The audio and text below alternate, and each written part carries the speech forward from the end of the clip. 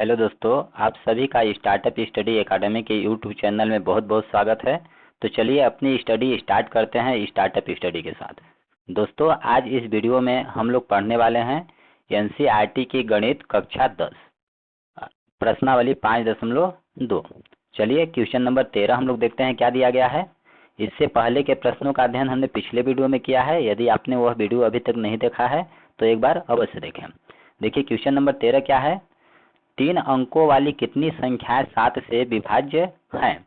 हमें बतानी है कि 3 अंकों वाली कितनी ऐसी संख्याएं हैं जो 7 से विभाजित हो जाती हैं। ठीक, तो इसको हम हल करेंगे एक समांतर श्रेणी की मदद से। चलिए हम लोग समझते हैं थोड़ा सा समांतर श्रेणी क्या होती है। देखिए यहाँ पे दिया गया है, यदि श्रेणी A1 A2 A3 dot dot इसी तरह से an पद हो।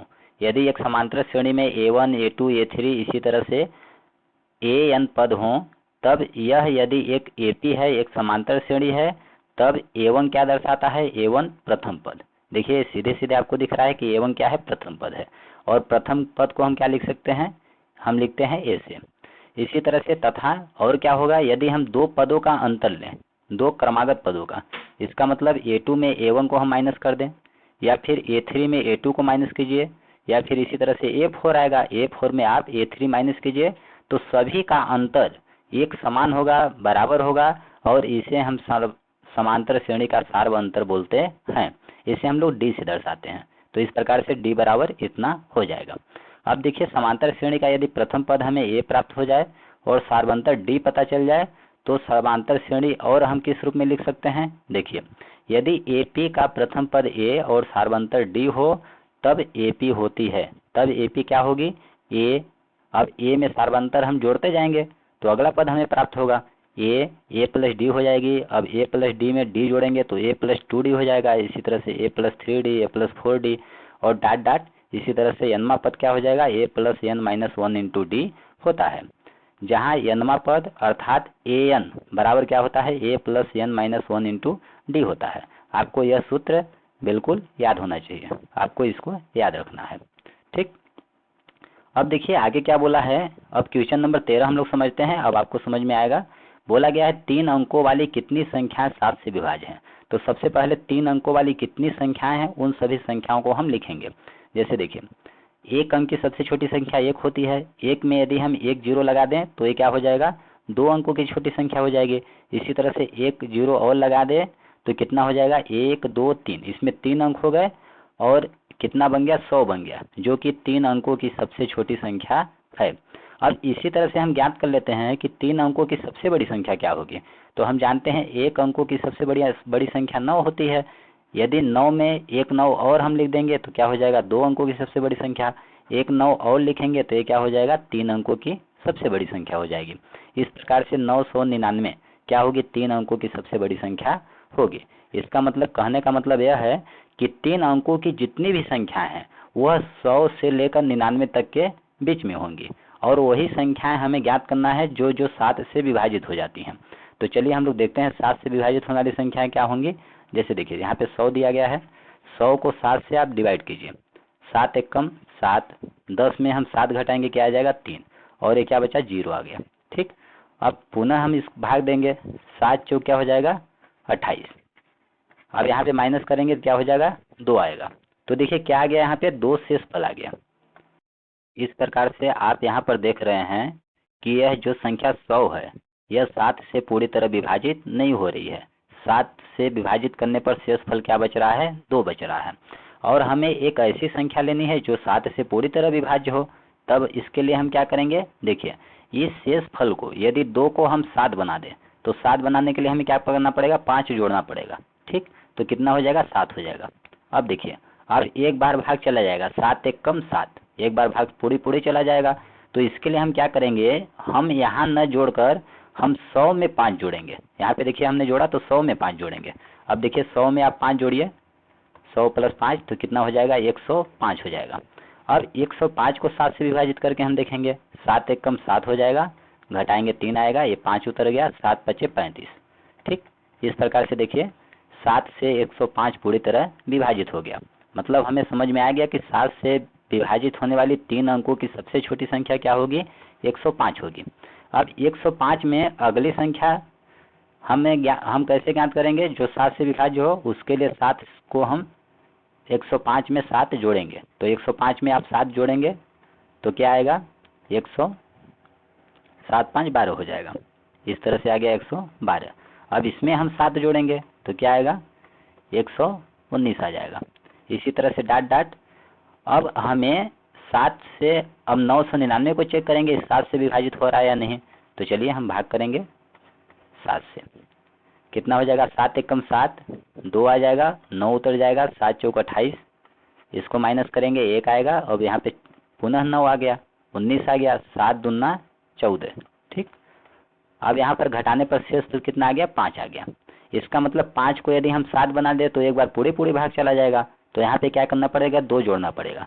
लेकिन जब 999 में हम 2 जोड़ेंगे तो 1001 हो जाएगा, जो कि 4 अंकों की संख्या हो जाएगी।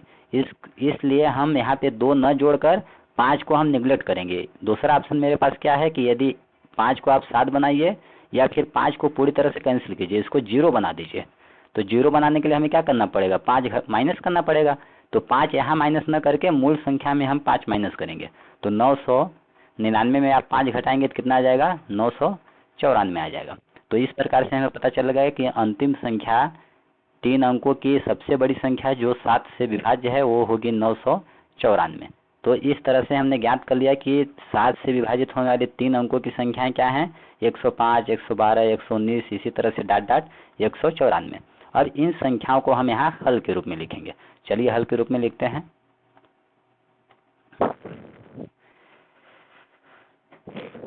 देखिए हम लिखेंगे हल। ठीक। 7 से विभाज्य होने वाली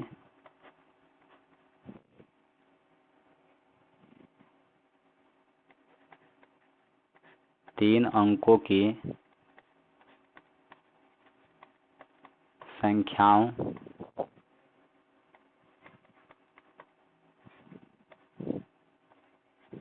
की सूची है। देखिए 7 से विभाज्य होने वाली 3 अंकों की संख्याओं की सूची क्या है? हमने अभी क्या ज्ञात किया? 7 से विभाजित होने वाले 3 अंकों की संख्या क्या होंगी? 105, 112, 119, इसी तरह से डाट डाट 994 होगी अंतिम संख्या। ठीक। तो यहाँ पे हम देख रहे हैं कि ये संख्याएं क्या बना रही हैं? एक एपी बना रही हैं, समांतर श्रेणी। क्योंकि 2 क्रमागत पदों का एक निश्चित अंतर है। 105 में 7 जोड़ने पर हमें 112 प्राप्त हुआ, 112 में 7 जोड़ने पर 119 प्राप्त हुआ। तो इस तरह से हम कह सकते हैं कि जो संख्याओं की सूची है यह क्या बना रही है? एक एपी बना रही है। तो हम लिख देंगे यह एक एपी है, यह एक एपी है। दी गई संख्याओं की जो सूची है, श्रेणी है, यह क्या है? एक एपी है, मतलब समांतर श्रेणी है। तब हम लिख देंगे यहाँ, इसलिए यहाँ क्या हो जाएगा? ए। समांतर श्रेणी का ए क्या होता है? प्रथम पद। और प्रथम पद देखिए क्या है यहाँ पे? 105 है, तो लिखेंगे हम 105। अब डी क्या होता है? 2 क्रमागत पदों का अंतर, मतलब अगले आने वाले पद में से हम पहले वाला पद माइनस करेंगे। तो 112 में 105 घटाएंगे, कितना आएगा?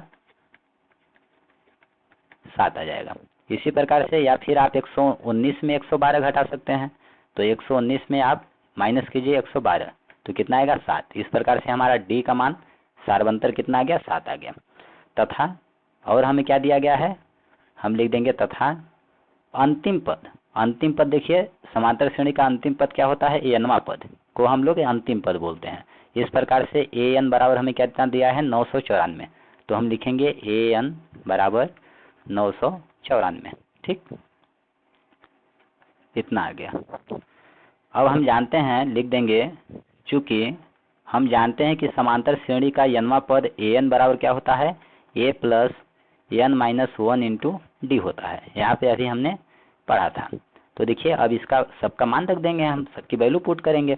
ए एन बराबर हमें कितना दिया गया है? 994। तो हम लिखेंगे 994 बराबर ए का मान कितना है? 105 प्लस एन माइनस 1 यंग क्या है, कुल पदों की संख्या। यहाँ पे कुल कितने पद हैं हमें पता नहीं है, उन्हीं कुल कितनी संख्याएं हैं उन्हीं संख्याओं को हमें ज्ञात करनी है। वह क्या हो जाएगा, जो यंग का मान आएगा वही संख्याएं अभिष्ट संख्याएं होंगी। अब डी कितना दिया गया है, 7 दिया गया है, तो डी के स्थान पे लिखेंगे 7। अब इसको हल करेंगे तो क्या है, 994 माइनस 105 को इधर लाएंगे तो माइनस 105 हो जाएगा, बराबर n माइनस 1 इंटू 7 है। अब इसको हम माइनस करेंगे कितना हो जाएगा, ये देखिए 4 में 5 माइनस नहीं होगा, एक उधार लेंगे 14 हो जाएगा, 14 में 5 घटाएंगे कितना आएगा 9, ठीक। ये बचा 8, 8 में 0 घटाएंगे 8 आएगा, ये 9 में 1 घटाएंगे 8 आ जाएगा। इस प्रकार से कितना आ गया, 889 आ गया, बराबर n माइनस 1 इंटू का 7। अब आगे हल करेंगे, देखिए अब कितना है 889 बराबर n माइनस 1 और गुणा में देखिए 7 है, तो 7 को इधर हम पक्षांतरण करेंगे तो क्या होगा, बटा में 7 होगा।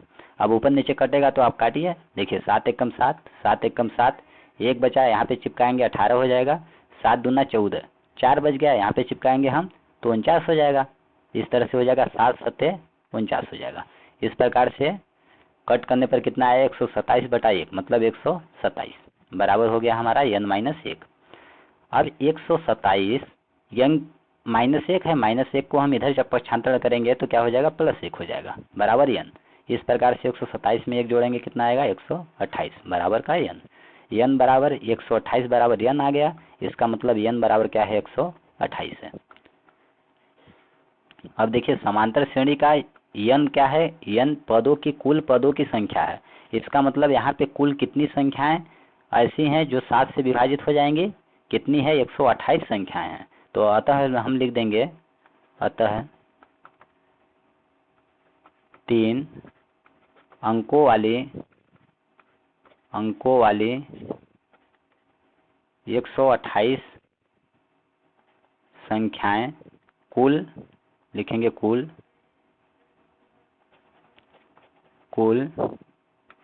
128 संख्याएं हैं जो 7 से विभाज्य हैं, 7 से विभाज्य हैं। ये हो जाएगा हमारा आंसर। तो इस तरह से बच्चों आई होप आप लोगों को क्वेश्चन नंबर 13 अच्छी तरह समझ में आ गया होगा। अब चलिए हम नेक्स्ट क्वेश्चन पढ़ेंगे, क्या दिया गया है। आइए अब अगला क्वेश्चन नंबर 14 पढ़ते हैं। क्या दिया गया है, 10 और 250 के बीच में 4 के कितने गुणज हैं। हमें यहाँ पे दिया गया है 10 और 250 के बीच में 4 के कितने गुणज हैं बोला गया है। मतलब कि हमें 10 से लेकर 250 तक के बीच की ऐसी संख्याएं ज्ञात करनी है जो 4 के गुणज हो, मतलब कि 4 के पहाड़ा में आती हो। गुणज का मतलब होता है मल्टीपल, पहाड़ा। तो 4 के पहाड़ा में जो संख्याएं आती हों उन्हें हमें यहाँ पे लिखना है। और 4 के पहाड़ा में आती हो मतलब कि जो 4 से विभाज्य हो, ठीक। तो हमें 10 और 250 के बीच की ऐसी सभी संख्याओं को बताना है जो 4 के पहाड़ा में आती हो, मतलब कि 4 से विभाज्य हो। तो चलिए हम लोग हल करते हैं इसको। देखिए सबसे पहले हम लिखेंगे संख्या, देखिए 10, पहली संख्या क्या दी गई है 10, और इसके बीच 250, अंतिम संख्या क्या है 250। इसके बीच की सभी संख्याएं हमें बतानी है जो कि 4 से कट जाती हों, 4 के गुणज हों, मतलब कि 4 से क्या हों, विभाज्य हों। तो देखिए 4 के पहाड़ा में देखते हैं क्या क्या आता है। 4 दूना 8, 4 3 12, क्या होगा 4 3 12, मतलब पहली संख्या क्या होगी 4 3 12 होगी, 10 नहीं होगा, 11 नहीं होगा, 12 होगा। अब इसी तरह से 13 14 15 आगे आएगा तो उनको देखते हैं क्या हो जाएगा। 4 3 12, 4 चौक 12, 4 चौक 16, 4 पंचे 20, इसी प्रकार से आगे।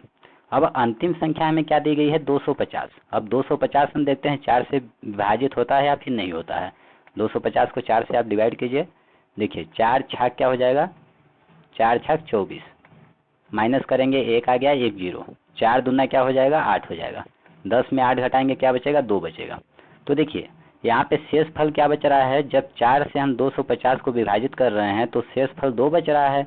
इसका मतलब अब ये शेष फल हमारा नहीं बचना चाहिए। ऐसी संख्या यहाँ पे लेनी है जिससे कि 4 से वो संख्या पूरी तरह विभाजित हो जाएगी। अब 4 से विभाजित कब होगी? जब शेषफल 0 हो जाए। तो इस संख्या को हम लोग 0 बनाएंगे तो इसके लिए क्या करना पड़ेगा? -2 करना पड़ेगा, तब ये संख्या क्या हो जाएगी? 0 हो जाएगी। अब देखिए भाग पूरा पूरा चला गया, तो यहाँ पर हम 2 न घटाकर मूल संख्या में 2 घटाएंगे। इस तरह से 250 में हम 2 घटाएंगे, 2 घटाएंगे तो कितना हो जाएगा? 248 आएगा। ठीक, तो हम यहाँ पे क्या लिख देंगे? अंतिम संख्या क्या होगी? 248 होगी, जो 4 की गुणज है, मतलब कि 4 से पूरी तरह से विभाजित है। तो संख्याओं का सूची क्या होगी? जो 4 के गुणज हैं, 12, 16, 20, इसी तरह से डॉट डॉट 248। अब इनको हम हल के रूप में लिखेंगे। तो चलिए लिखते हैं हल के रूप में। हम लिखेंगे हल, लिख देंगे 10 और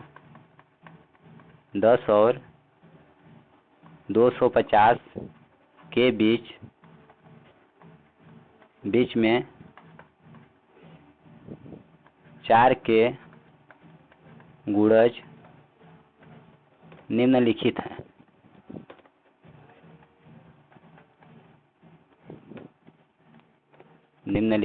हैं। ठीक, अब उन सभी संख्याओं को लिख देंगे जो हमने अभी ज्ञात किया था। क्या क्या होगा? देखिए 4 3 12, 4 चौक 16, 4 पंचे 20, इसी तरह से डॉट डॉट कितना होगा? अंतिम संख्या क्या होगी? 250 से 2 कम 248 होगी। अब यहाँ पे देख रहे हैं कि ये जो संख्याओं की सूची है, यह जो श्रेणी है, यह एक समांतर श्रेणी है, क्योंकि 2 क्रमागत 2 संख्याओं का अंतर क्या है? 2 क्रमागत पदों का अंतर क्या है? 4 है। फिर यहाँ पे हम देखेंगे 16-20 के बीच अंतर कितना है? 4 का है। तो यह क्या है? एक एपी है। हम लिख देंगे यह एक एपी है। यह जो श्रेणी है एक एपी है, मतलब समांतर श्रेणी है। अब जब समांतर श्रेणी है तो लिख देंगे यहाँ क्या होगा? यहाँ ए मतलब समांतर श्रेणी का प्रथम पद। यहाँ पे प्रथम पद क्या है? सीधे सीधे आपको नजर आ रहा है 12 है, तो लिखेंगे 12। अब डी क्या होगा? डी 2 क्रमागत पदों का अंतर होता है, मतलब हम 16 में या तो 12 घटा दें या फिर 20 में 16 घटा दें। तो चलिए 16 में हम 12 घटाएंगे, क्या आएगा? 4 आएगा। इसी प्रकार से आप 20 में 16 घटाइए तो कितना आएगा? 4 आएगा। इसका मतलब सर्वांतर हमें क्या प्राप्त हो गया? डी का मान 4 प्राप्त हो गया। अब अंतिम पद क्या दिया गया है? 248, तो लिखेंगे तथा अंतिम पद, समांतर श्रेणी का अंतिम पद क्या होता है? एनवा पद। तो कितना दिया गया है? 248 दिया गया है इसका मान। अब हम लोग हल करेंगे। हम लिखेंगे, चूंकि हम जानते हैं कि एन समांतर श्रेणी का एनवा पद क्या होता है? A plus N minus 1 into D होता है। अब इस सूत्र में हम लोग ये सभी वैल्यू को पुट करेंगे। तो देखिए एन का मान कितना दिया गया है? 248, तो लिखेंगे 248 बराबर ए का मान कितना दिया गया है? 12, हम यहाँ पे 12 लिखेंगे, प्लस एन माइनस 1। एन क्या है? कुल पदों की संख्या, मतलब यहाँ पे कुल ऐसी संख्याएं हमें ज्ञात हो जाएंगे जो 4 के गुणज हैं। यहाँ पे गुणज होगा।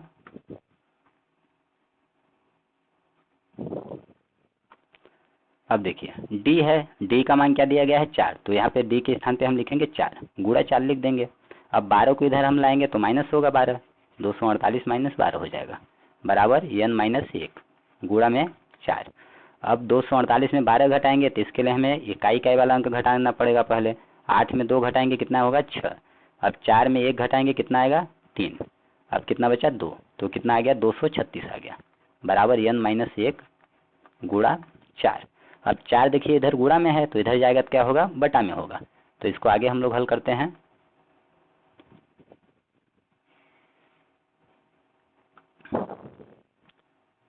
अब देखिए क्या हो जाएगा आगे? क्या दिया गया है? 236 बराबर एन माइनस 1, और एन माइनस 1 के गुणा में 4 है। जब 4 को हम इधर पक्षांतरण करेंगे तो गुणा का क्या होगा? भाग होगा। इस तरह से भाग में 4 आ जाएगा। अब हम भाग करेंगे, देखिए 4 एकम 4, 4 पंचे क्या हो जाएगा? 20 हो जाएगा। अब कितना बचा? 3, तो यहाँ पे चिपकाएंगे, कितना हो जाएगा? 36। इस प्रकार से 4 निया कितना हो जाएगा? 36। तो कितना आ गया? 59/1 मतलब 59 बराबर एन माइनस 1। अब 1 माइनस में है तो -1 को इधर पक्षांतरण करेंगे तो क्या हो जाएगा? +1 हो जाएगा। इस प्रकार से इतना आ जाएगा। अब 59 में 1 जोड़ेंगे 60 आ जाएगा, बराबर का n। 60 बराबर n मतलब कि n बराबर कितना आ गया? 60 आ गया। अब n क्या है? समांतर श्रेणी में कुल पदों की संख्या है। तो यहाँ पे ऐसी कुल पद, हमें इस सीरीज में कुल कितने पद हैं? 60 पद हैं, हमें पता चल गया। और ये 60 क्या है, 4 के गुणज हैं। तो हम लिख देंगे अतः 10 और 250 के बीच में 4 के गुणजों की संख्या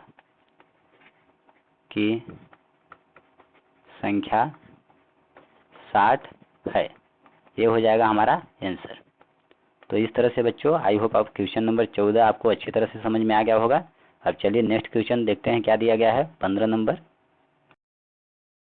आइए अगला अब हम लोग पढ़ेंगे क्वेश्चन नंबर 15। क्या दिया गया है, अंक के किस मान के लिए दोनों समांतर श्रेणियों 63, 65, 67 इसी तरह से आगे और 3, 10, 17 इसी तरह से आगे के n पद बराबर होंगे।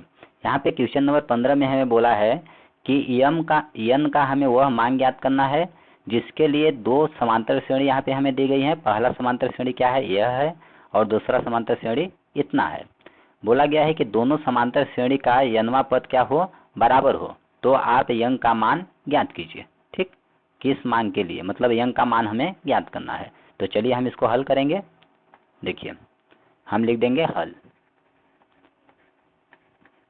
यहाँ पे हमें क्या दिया गया है, दो समांतर श्रेणी दी गई है। तो हम लिखेंगे प्रथम समांतर श्रेणी, प्रथम एपी मतलब समांतर श्रेणी। तो हम लिख देंगे प्रथम एपी हमें क्या दी गई है, 63, 65, 67 इसी तरह से आगे। ठीक, तो यह क्या है, एक एपी है, इसलिए यहाँ लिख देंगे हम, इसलिए इसमें ए बराबर क्या होगा, ए क्या होता है समांतर श्रेणी का प्रथम पद, तो ए बराबर क्या होगा, 63 होगा। और डी क्या होता है, दो क्रमागत पदों का अंतर, मतलब हम क्या करेंगे, अगले वाले पद में से पहले वाला पद माइनस करेंगे। तो 65 में 63 हम माइनस करेंगे तो हमें डी का मान प्राप्त हो जाएगा। 65 में 63 माइनस करेंगे क्या आएगा, 2। इसी प्रकार से, या फिर आप इसके आगे वाला पद, तीसरे पद में दूसरे पद को माइनस कीजिए। तो 67 में हम 65 माइनस करेंगे तो देखिए क्या प्राप्त होगा, हमें 2 प्राप्त होगा। इस तरह से डी का मान क्या आ गया, 2 आ गया।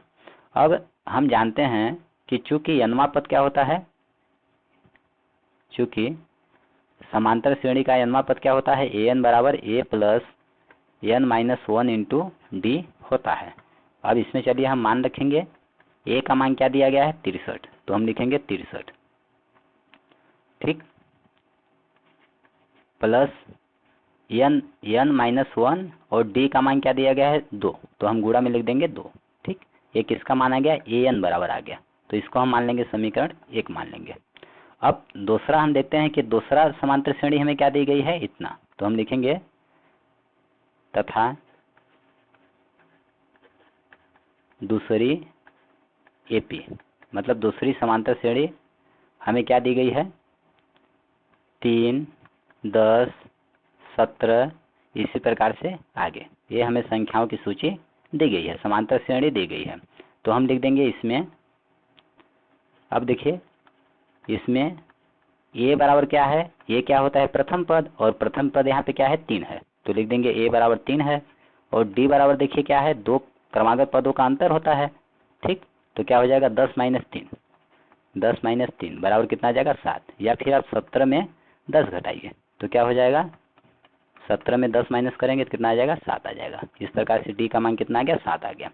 अब देखिए चूंकि हम जानते हैं कि समांतर श्रेणी का n पद an बराबर क्या होता है, a plus n minus 1 into D होता है। अब यहाँ पे हम वैल्यू पुट कर देंगे तो देखिए इस प्रकार से an बराबर क्या हो जाएगा, a का मान यहाँ पे क्या है, 3 है, plus n minus 1 into D का मान कितना है, 7 है, तो गुणा हम लिख देंगे 7।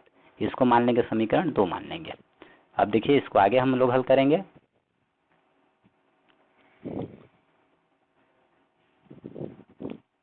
हम यहाँ पे लिख देंगे कि चूंकि देखिए प्रश्नानुसार हमें क्या बोल रहा है कि इन दोनों समांतर श्रेणियों के जो n पद हैं वो क्या है, बराबर है।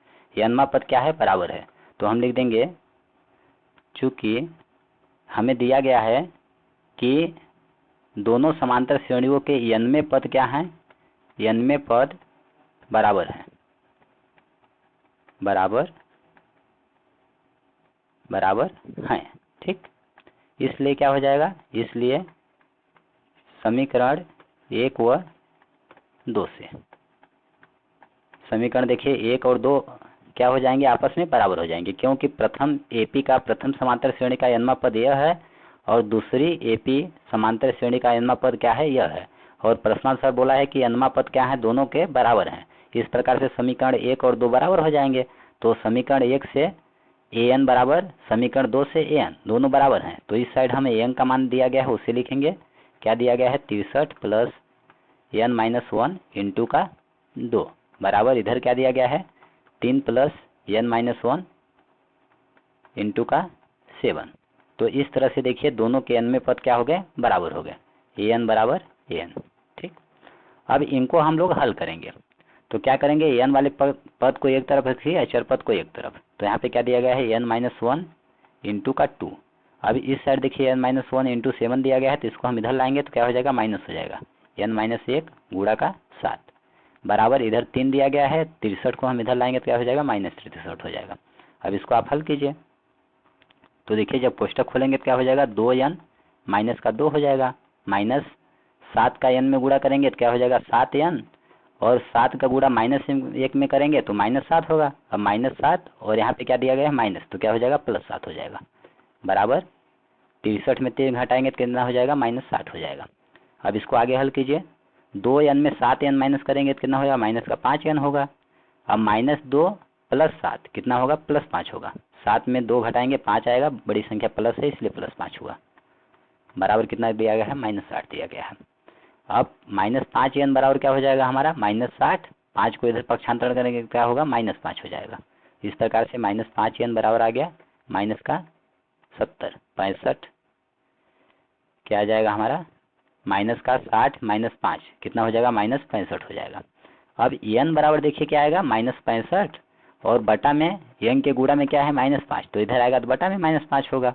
तो इस तरह से माइनस माइनस कैंसिल हो जाएगा, 5 एकम 5, 5 एकम देखिए 5, एक बचा चिपका दिया हमने, 15 हो गया, 5 तिहाई कितना हो जाएगा, 15 हो जाएगा।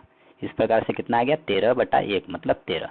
तो n का मान कितना आ गया, 13 आ गया, जो कि हमें ज्ञात करना था। तो देखिए यहाँ पे बोला गया था कि n के किस मान के लिए समांतर श्रेणी इतना और समांतर श्रेणी इतना के n में पद बराबर हैं। तो हमने दोनों बराबर करके हल कर दिया, तो n का मान क्या आ गया, 13। मतलब n के किस मान के लिए बोला गया है, तो n का मान क्या आ जाएगा, 13। तो लिख देंगे हम, अतः n बराबर 13 होगा,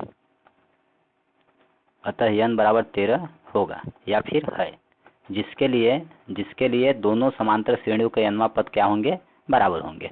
इस तरह से आई होप क्वेश्चन नंबर 15 आपको समझ में आ गया होगा। अब चलिए क्वेश्चन नंबर 16 देखेंगे क्या दिया गया है। आइए अब हम लोग 16 नंबर पढ़ेंगे। क्या दिया गया है 16वां नंबर, वह एपी ज्ञात कीजिए जिसका तीसरा पद 16 है और 7वां पद 5वें पद से 12 अधिक है। यहाँ पे हमें एक समांतर श्रेणी एपी ज्ञात करनी है जिसका बोला गया है कि तीसरा पद क्या है, 16 है और 7वां पद जो है 5वें पद से 12 अधिक है। ठीक, तब हमें एपी ज्ञात करना है। तो चलिए हम लोग एपी ज्ञात करते हैं, इसको हल करेंगे। देखिए हम लिखेंगे हल। ठीक, सबसे पहले हम मान लेंगे कि माना एपी का मतलब समांतर श्रेणी का प्रथम पद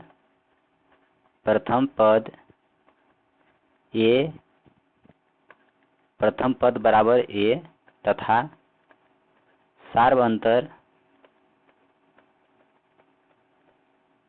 सार्वअंतर बराबर d है। ठीक, तब क्या होगा, तब आगे क्या बोला गया है, प्रश्नानुसार हम लिख देंगे। प्रश्नानुसार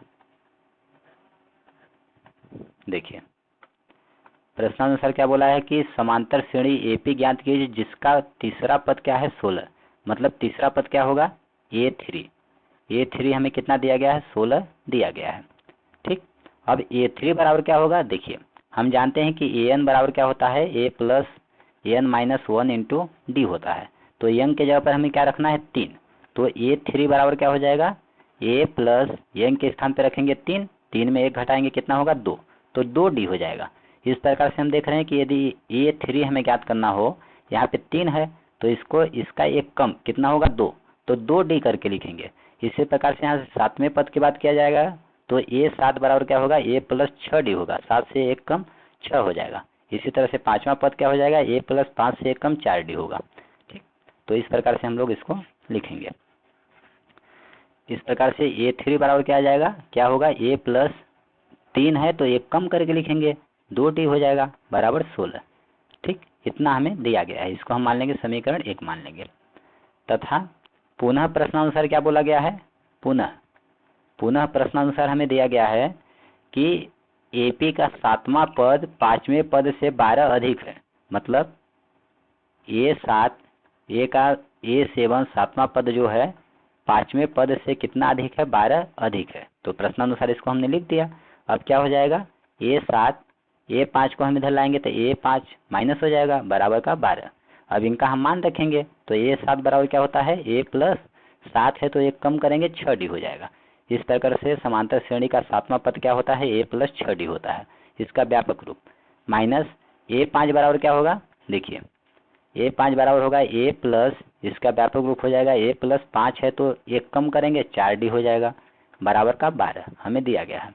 अब इसको हल करिए, क्या आता है A प्लस 6D माइनस कोष्टक खोलेंगे तो माइनस हो जाएगा, माइनस A प्लस माइनस क्या हो जाएगा माइनस 4D बराबर का 12। अब इसको हल कीजिए, देखिए यहाँ पे A प्लस में है यहाँ पे माइनस में है तो कैंसिल हो गया। 6D में 4D घटाएंगे कितना आएगा 2D बराबर 12। अब यहाँ से D बराबर क्या हो जाएगा हमारा 12 और D के गुणा में 2 है तो बटा में क्या आ जाएगा 2 आ जाएगा, इधर पक्षांतरण करेंगे तो बटा में आएगा। अब 2 1 कम 2, 2 छक्का 12 हो जाएगा। इस प्रकार से D का मान आ गया 6/1 मतलब 6। तो D का मान हमने ज्ञात कर लिया है, मतलब समांतर श्रेणी का सार्वंतर हमने ज्ञात कर लिया है। अब इस D के मान को हम क्या करेंगे समीकरण 1 में रख देंगे। तो हम लिख देंगे, हम लिखेंगे अब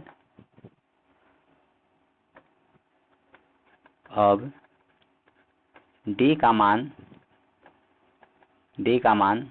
समीकरण 1 में रखने पर, तो चलिए 1 में रखेंगे। D का मान देखते हैं क्या आता है। समीकरण 1 क्या दिया गया है A plus 2D, A plus 2 और D का मान हमें क्या प्राप्त हुआ है 6, तो D के स्थान पे हम लिखेंगे 6 बराबर का 16। अब क्या हो जाएगा A प्लस 2 गुणा, कोष्टक का मतलब होता है गुणा, तो 2 छक्का कितना हो जाएगा 12 बराबर 16। इस प्रकार से A बराबर क्या हो जाएगा 16, 12 को इधर पक्षांतरण करेंगे तो क्या होगा -12, तो A का मान कितना आ जाएगा 16 में 12 घटाएंगे 4 आ जाएगा। तो इस तरह से हमने समांतर श्रेणी का प्रथम पद A बराबर और सार्वंतर D बराबर ज्ञात कर लिया है। अब जब समांतर श्रेणी का प्रथम पद A और सार्वंतर D दिया गया हो तब समांतर श्रेणी क्या होती है, हम लिख देंगे इसलिए अतः अभीष्ट AP होगी। हमने पढ़ा था अभी कि यदि एक समांतर श्रेणी दी गई हो और उसका प्रथम पद और अंतिम पद और सार्वंतर दिया गया हो तब AP क्या होती है, समांतर श्रेणी का व्यापक रूप क्या होता है A plus D, A plus 2D। ठीक, इसी तरह से डॉट डॉट अनंत तक। अब हम यहाँ पे मान रखेंगे।